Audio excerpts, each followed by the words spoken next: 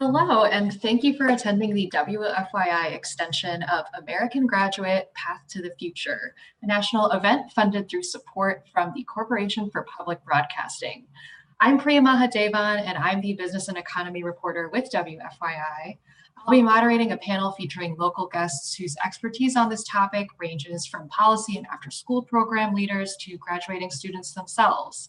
First, though, I'd like to thank our partners for this event, the Marion County Commission on Youth, also known as McCoy, and the Indiana Chapter for Jobs for America's Graduates, also known as JAG. Thank you both so much for working with us on this event. We just heard from national experts on career pathways for young people, especially following the COVID-19 pandemic. But before we begin our local panel, I want to briefly turn it over to Angie Carr-Klitsch, who is the president and CEO of Employ Indy. I asked her earlier to elaborate on what high demand careers look like in Indiana, and she had this to say.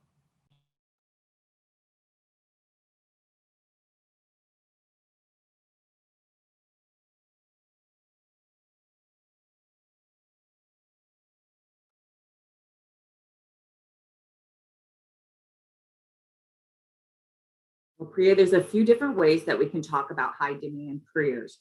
For the state of Indiana, they use a methodology that weights the number of job listings that are currently available. And so what you have is a list of hot Hoosier jobs, if you will, that meet certain demand thresholds. The state has used a flame methodology to help job seekers understand what jobs and careers are in high demand and what training would allow for an individual to get ready for that job. We have taken another step here locally in the Indianapolis market, where we take those high demand jobs and we marry those with the Brookings Institute's good and promising jobs definition. So we're not just looking at the number of jobs that are open and available or anticipated to be available in the next 5 to 10 years. We're also looking at the wage of those jobs. We understand that it's really important that we direct and navigate customers to opportunities that are going to allow them to have a job with dignity and to support their family. And so we think it's important to not only take kind of that raw data of where the jobs are, but where are the good and promising jobs, and then really use those to target our conversations with young people around.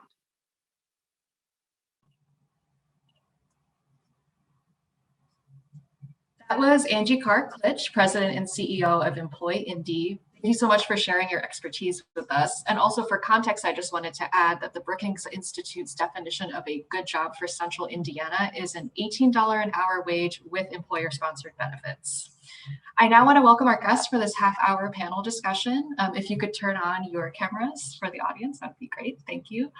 First, I'll say hi to Gabrielle Nave. She is a college and career readiness coordinator with the Boys and Girls Clubs of Indianapolis. Gabrielle, thank you so much for being here. Absolutely. Thank you guys so much for the opportunity. Absolutely. We also have Bernard Mickle with us today. He is the Director of Youth Outreach with the Marion County Commission on Youth, also known as McCoy. Bernard, thank you for joining us. Thank you. Thank you for having me. Yes, thank you. And then we also have two students, starting with Shelby Gosler. She is a recent graduate from Decatur Central High School, and she participated in the JAG program, which again stands for Jobs for America's Graduates. That program helps prepare students for life after high school by offering specialized career counseling, job matching, and leadership development opportunities, among many other things. Shelby is headed to IU this fall and plans to study arts management. Shelby, welcome and congratulations to you. Yeah, thanks so much for having me. I'm so excited. Well, so glad you're here. And last but not least, we have Janice Rivera, who also graduated from Decatur Central High School after participating in the JAG program. She's going to be going to Marion University to study nursing. Janice, congrats to you and thank you for joining us. Thank you so much. I'm excited. Well, we're so happy to have you all here. I will say shout out to the audience. There is an open Q&A on this Zoom event, so feel free to drop questions in there and I will do my best to integrate them as we go along. But we have a lot to get to and there are 4 of you here, so I want to just jump into it right now. First, I want to begin with any reactions you all have to the national discussion we just heard, and starting with Shelby or Janice, you are both our resident experts in the youth experience. So what resonated with you as 2 young people who've grown up in Central Indiana and spent some time thinking through JAG about career preparedness after school? Shelby, do you want to go first? Yeah. So there's been a lot of it's been very different, I guess, this year because of the pandemic. And the last couple years since I've been a part of JAG, it's really allowed me to find out what I wanted to do because we don't have a lot of opportunities to find that out until high school. And JAG really helped me with that like so much. Like I would probably have no idea where I'm going or what I'd be doing without it. And I'm so excited to see like what happens. And I have this year of follow up with JAG, and it's just going to be so helpful. Like if everyone was able to be a part of this program, I think we'd have so many more students that would feel more prepared for their futures. And that's one of the best things about the JAG program is the only thing that's pretty much helped me prepare for life after high school. That's great. Yeah. And as we heard in the national discussion, people repeatedly saying, we need to target kids in middle school. We need to get to them in elementary school. And so it's great that you had that opportunity, even if it came later in high school, to get a sense of where you wanted to go. Janice, what about you? What resonated with the national program? So following up with, having JAG as this support system, what resonated with me is the constant mention of wanting to have more programs like this, and how a lot of people don't have the opportunity to seek out something like this because either it's not well known, or like us here at Decatur Central, our JAG program wasn't funded enough. So every year, more than 100 students who were actually interested in being in this program were unfortunately turned down because we just didn't have the funding for it. So I think, putting more investment into programs like this that actually help the youth into finding their path is really important. And that's what stuck with me. That's great. Thank you. Yeah, I would love to see more of this happening in high schools across Indiana. Gabrielle, Bernard, a lot of your work is working with young people, getting them ready for life after school, whether that's developing leadership skills, helping them understand what opportunities are out there for them. What stood out to you about the national program? Gabrielle, do you want to go first? Yeah, absolutely. So just watching all the different statistics that popped up, really kind of taking those in, the one that stood out to me the most was the 1 in 5. And in that segment, they just talked about how students felt prepared, or the lack thereof, after graduating and after going through some of these programs. And they were talking about how only 1 in 5 actually felt prepared. And that just stuck out to me so much because I think as educators, we do so much to really ensure that students have all the tools they need to be successful. They have all the tools they need to do whatever it is they want to do, whatever path it is they want to take. And there's still like that gap. So that was something that really stuck out to me. Definitely. Yeah, I will follow up with that later. But first, I want to hear, Bernard, what about you? What stood out to you in the national program? Yes, there actually was so many different things that stood out. But I did want to phrase the few questions that was posed through an illustration of when young people are interviewed, especially this generation, they are now interviewing their employer, and they're asking questions about the employer's social impact and how they're integrated in the community and creating change to impact those around them. And so that's probably the biggest takeaway that I received. Yeah, that's really interesting. And I think, Bernard, with you, one thing I think about when I talk to people who work with young people and work with young people over time is that you're watching a shift in generations, right? Like maybe when you started working, you were working with younger millennials. Now you're working with older Gen Z. So what stands out to you about this generation? Maybe that's one thing that they're like really looking for something out of employers that previous generations weren't. But what are you seeing from young people? Yeah, the most important thing that I see that has really been even helpful for me and my personal growth is inclusivity. It was kind of talked about in the national program a lot about setting more of an inclusive vision when it comes to jobs and jobs for younger generation. But more importantly, young people are very accepting, and they're very inclusive in how they view things. They're very inclusive in what jobs look like. The way they think through what jobs look like is very different than what the norm or what we normally experience in what I would call the kind of cookie cutter idea of career journeys. Yeah, and actually that reminds me, Shelby, you're going into what I think arts administration. Did I get that right? Arts management.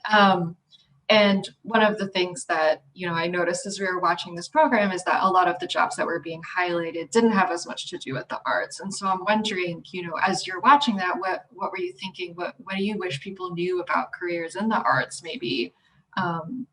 Particularly at your age when this messaging is coming about you need to be financially sustainable. What did you maybe pick up through JAG on that? Yeah, so it's very strange that people like don't believe the arts can be an actual job. They think, oh, it's a hobby, like it's something you do on the side. It's not going to actually make you money or help you in your future. But that's a big lie because there's so many people who do what they love and still make the money that they need to be able to live.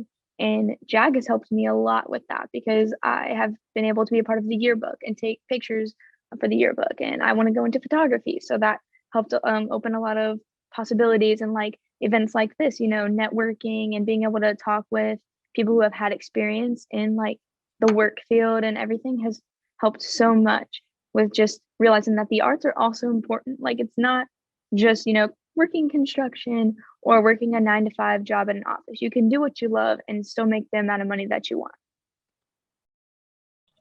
That's great. Thank you. Gabrielle, I want to jump back to you.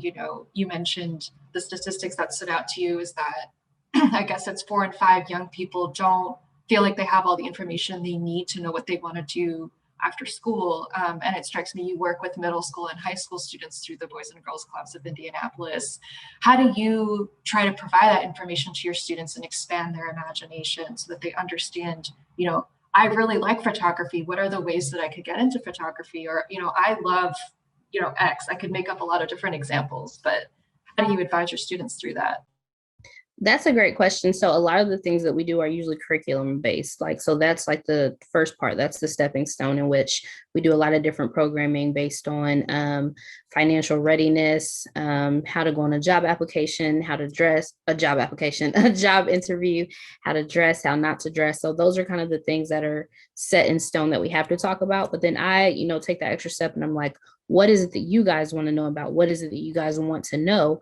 And they can always articulate what they want to know, but they can't tell me how that connects to their career. So for example, a lot of them want to know how to get high paying jobs. Like that's what a lot of them see as being important. Like they want to make a certain amount of money. So then you kind of ask them like, how much do you want to make? And they're like, oh, $50 an hour starting off like first job. And it's like, okay, let's bring it down. Like that's a little bit unrealistic, but really just teaching them, okay, there are 2 paths. You can go straight into your career or you can, go to college, whether that's community 2-year, 4-year, however you choose to do that.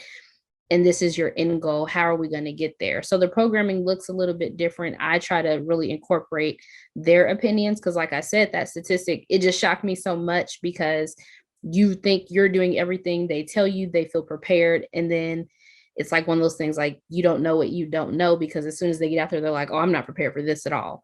So really just incorporating some of those opinion-based things from the students and getting their perspective has been very helpful to me. Yeah, and just to follow up on that, I mean, thinking about the last year, COVID has changed so much of what we do and how we do it. And one of the things that strikes me, particularly with people like Shelby and Janice, who've done a year plus of remote schooling, is that this, I couldn't have done it. It would have been awful for me, but it is an opportunity to figure out what works for you and what doesn't. So Gabrielle, how have you counseled your students through this time? And, are there any silver linings? Like, have you been able to help students understand where they might thrive and where they might not thrive through this experience? Yeah, so it's been really interesting to see, like you said, students thrive and some of them not thrive as much because the ones that are thriving, they love working from home. They love having a set schedule. They love being able to log on, get done what they need to get on and then get off. They prefer that instead of being in person and interacting and all those different things. And, as an adult, I'm like, oh, you're an introvert or you're an extrovert. So like, I love seeing that strength come out and them not really realizing what it is yet, but I love seeing that versus the ones that are having a little bit harder time because they don't have that social interaction with their peers. They don't have that social interaction with their teachers. They don't get to go to lunch with other students. They don't get to go to recess. So that that is just heartbreaking kind of to watch, because you see these students that were straight A's, or in some cases the ones that don't have grades yet, they're getting all fours pre-pandemic, and then during the pandemic they're like really struggling, like they're barely like getting that C average, and it's just hard. So for me, like I just try to give them a lot of tools and resources that I see that they may not have. So for some of them it's something as simple as Wi-Fi, which like we don't really think about, because you know we have our phones, we have our computers, we have our iPads, and we have Wi-Fi. But it's like, okay, so once you come to the Boys and Girls Club, first hour, we're going to sit aside, we're going to work on homework. And then when you're done, you guys can go play. Versus the ones that we know are going home and they don't have that. We know we have to prioritize that. Like, you can't come play basketball. We got to knock this stuff out. Or the ones that do have Wi-Fi at home and that are still struggling, like, okay, what's the barrier? And they're like, I don't have anyone to help me. So you're going to come to that same hour. We're going to sit down. We're going to work on it together. I'm going to walk you through it.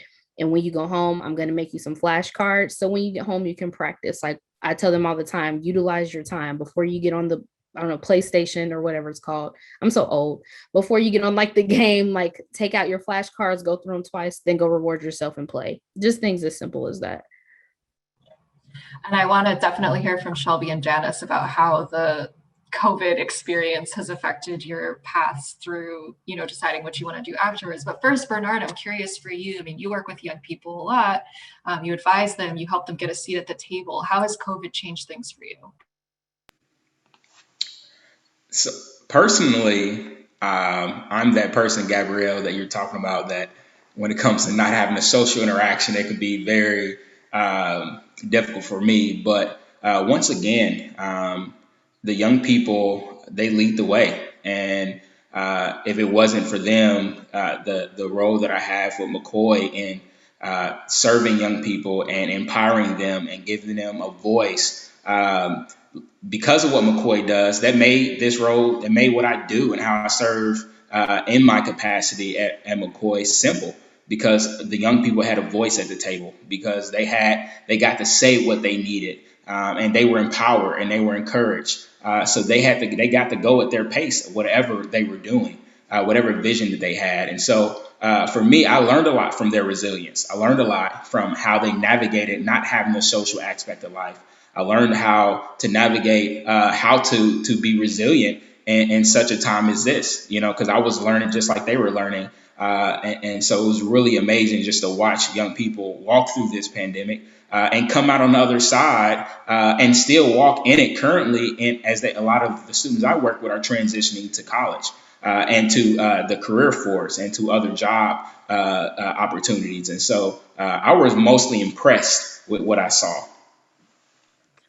I have been too, from afar, and I would love to turn it over to Shelby and Janice. You know, either of you, how truly, I could not have done what you all did. I think that the resilience is going to carry you through for the rest of your life. But as you're looking at it right now, as recent graduates from high school, how do you look back on the last year and change and think about how it may or may not have affected your career trajectory?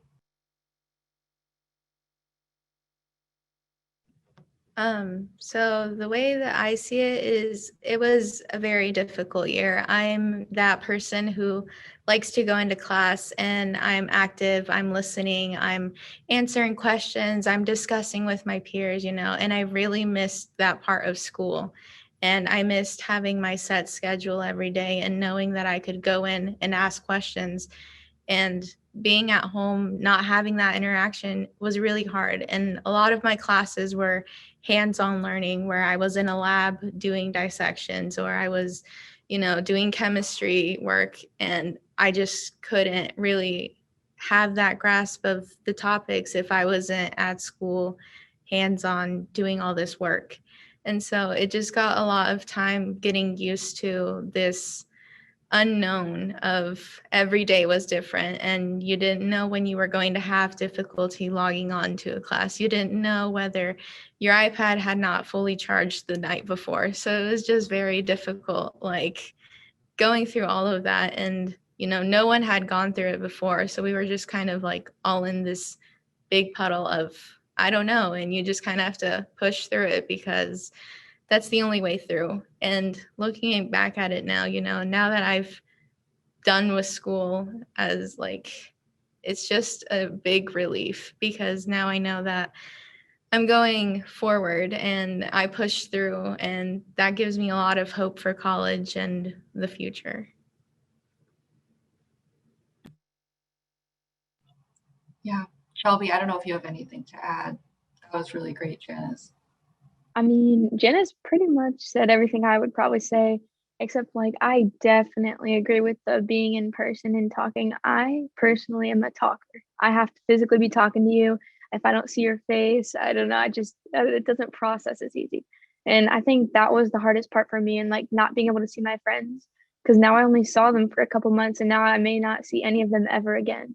And I value those connections with other people, and I remember that like March of last year, I attended like a job fair online, and I was one of the only people in every single room because nobody like had motivation to get up and sit through those, and like they didn't want to go actually attend it.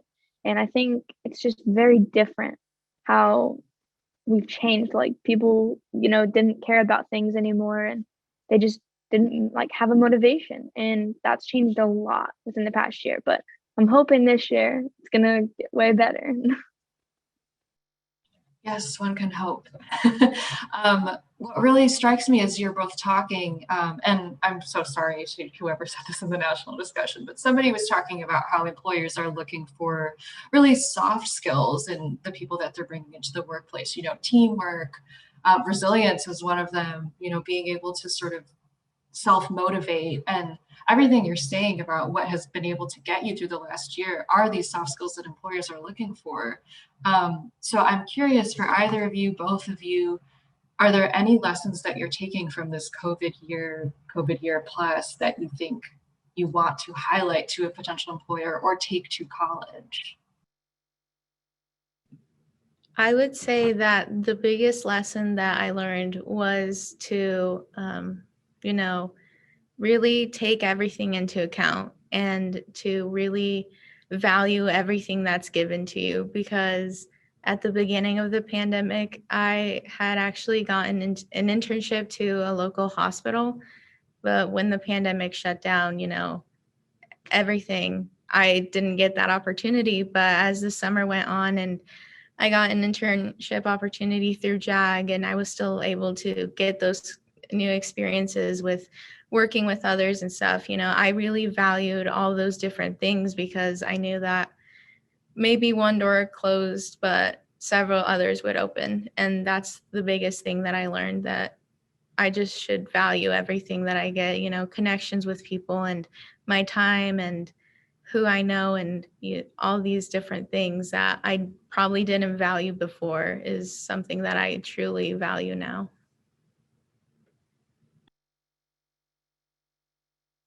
That's really great. And that makes me think about, maybe you got there, you were able to get there and put those lessons together for yourself. But for the students who are struggling, some of the national discussion was talking about people who are at home with a lot of barriers. They might have to take care of siblings. They might have to work, to support their family. Bernard, Gabrielle, you are in positions to sort of help get those barriers out of the way for students. What does that look like for you all? How do you try to do that?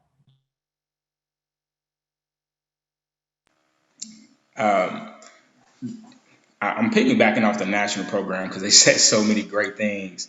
But it was stated that there should be a setting of more of an inclusive vision, and that when you think about this education point of access, it should be democratized from beginning to the end. And so it makes me think about once again the role that the very unique role that McCoy plays in our city, of kind of being that access point of connecting families and young people to opportunities, and connecting them to opportunities that gives them a voice, and connecting them to opportunities that show them the way, and give them an access point to an endpoint through the many organizations that we partner with, along with serving with the Mayor's Youth Leadership Council and Indianapolis Youth Commission. These young people are getting exposed to these different opportunities and different careers, and they're getting an opportunity to actually have a seat at the table and use their voice to actually make a difference.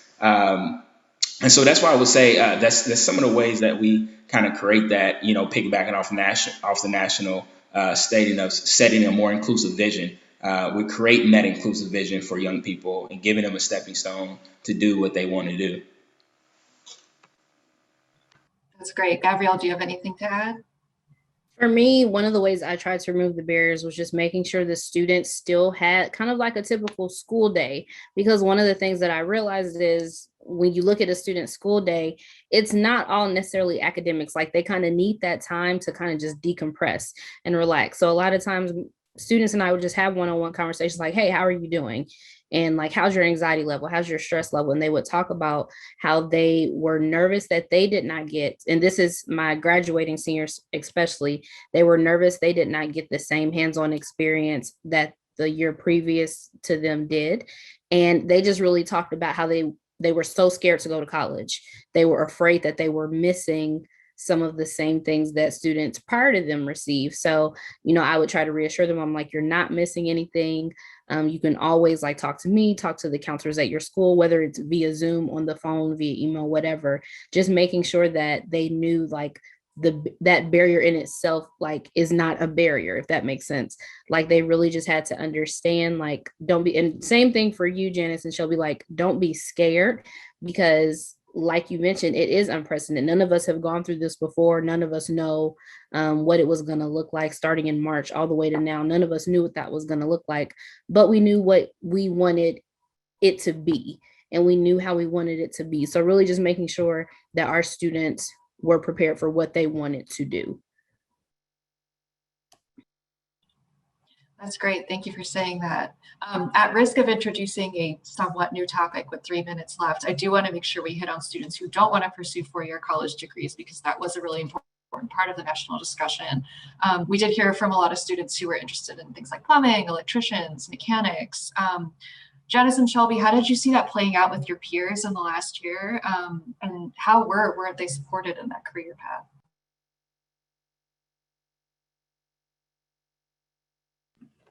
So what I saw mostly was I saw a lot of friends who knew that school wasn't for them, and that is totally fine. That is totally acceptable, and I supported them through it. But, as the more we conversate about that topic, they came to the conclusion that they had no idea what was out there. And, for them it was, oh, I need to just go find a job somewhere, stick to it, and grow from there. But, they didn't have that access point of how I did. In JAG, we had guest speakers come in and talk to us about trade schools and different things that you could do after high school that weren't necessarily, oh, just go to a college and get your degree in something and then be done with it. And that was really interesting to see, because even I, who, I kind of had an idea of what I wanted to do, I saw so many other opportunities as like a backup plan in case something didn't work out, or in case, I came to the conclusion that maybe school wasn't for me after all. I kind of had that backup plan of all these other opportunities that kind of went with what I want to do. And just seeing friends like have no idea was such, like, I was on one end of the spectrum and they were on the complete other end. And so it was kind of scary to see, because I know a lot of people are in the same shoes that they are. And I wish that a lot of more people had access to what I did, because I'm so grateful for JAG, because it was just so eye-opening to a lot of things and opportunities in the world. That was actually a really good way to wrap this up. I do want to say, Shelby, Bernard, Gabrielle, when you look ahead, when you think of this next generation of students, maybe Shelby 5 years younger than you, kids who are just entering high school, what do you hope for them? What do you hope that they get, maybe you had or maybe you didn't have? And then same, Gabrielle and Bernard, just sort of closing thoughts for everyone. Shelby, do you want to go first? Yeah, sure. So I actually have 3 younger brothers. One of them is going to graduate in a couple years. The other one's going to be starting high school. And I just hope that they're not, like, of course they had to deal with the pandemic and they, were affected by it in different ways as well. But I'm really hoping that they still have like that one-on-one communication with their teachers and their friends, and they're able to like talk to them. Because I feel like my brothers have spent a lot of time in their rooms this year and not talking to people as much. And I know that they're very outgoing people. They're just afraid to because they've been kept in this little box on a Zoom, not able to like say what they want to say or like tell their family like what's going on. Like it's just they're stuck. And I really hope they don't have to feel like that when they are in high school and graduating. Yeah, that makes sense. Gabrielle or Bernard, do you want to add anything before we wrap? Yeah, similar to Shelby, I have two younger siblings and they've been in their room a lot. And I really just hope that they do come out and get that social interaction piece, because like before they were so bubbling, vivacious, and now it's like, oh, I got to go log on. I'll see you later. And like afterwards, they probably just lay down and take a nap. But I just want like future students to know that there are a lot of different pathways, like 2-year institutions, 4-year institutions. One of the things I love here about Indianapolis is you can go to Ivy Tech Community College, for example, knock out your core classes and then transfer into a 4-year university, or you can go to Ivy Tech, get your associate's degree in 2 years or less, and then go off into your career. So I love all those different options. And I really hope that future generations know that they do have options. I know for me, like growing up, it was kind of like college or nothing. Like that's all that's all you can do. That's your only option. That's your only choice. But it would have been so great to have those resources and know there are different pathways in which you can be successful. It's not just one path in which you can be successful. Yeah. And then Bernard, I'll give you the last word. Yeah, I would say be patient. Lean in on the experience you just had, and take a page from this experience as it relates to your strength, your purpose, and how you have been able to navigate such a time that no one has experienced, and you've done it really well. So many students that I've experienced and have worked with this school year are all have graduated. And that's a testament, I believe, to young people and how strong they are. And so believe in yourself is what I would leave with them. That's wonderful. Thank you all so much. This has been a really excellent discussion. And unfortunately, that's all we have time for today, but there is so much more to talk about. I have a whole script of questions that I didn't even get to. So hopefully this is a conversation that we can continue. As for members of the audience, you'll receive an email from WFYI in the coming days containing resources and links for follow-up, including a survey requesting your feedback on the event. We would really appreciate it if you filled that out. That would help us create more events like this. Thank you again to both JAG Indiana and McCoy for partnering with us tonight. And a special thank you to our panelists, Bernard Mickle from McCoy, Gabrielle Nave from the Boys and Girls Club of Indianapolis, and then graduating students Shelby Gosser and Janice Rivera. Thank you all so much for the work that you do and for being a part of this event tonight. And a special congrats to our 2 graduates. What you've done is really incredible. And thank you all in the audience for tuning in. We really appreciate your time and attention and hope to see you at future WFYI events. But that is it for tonight, and thank you so much.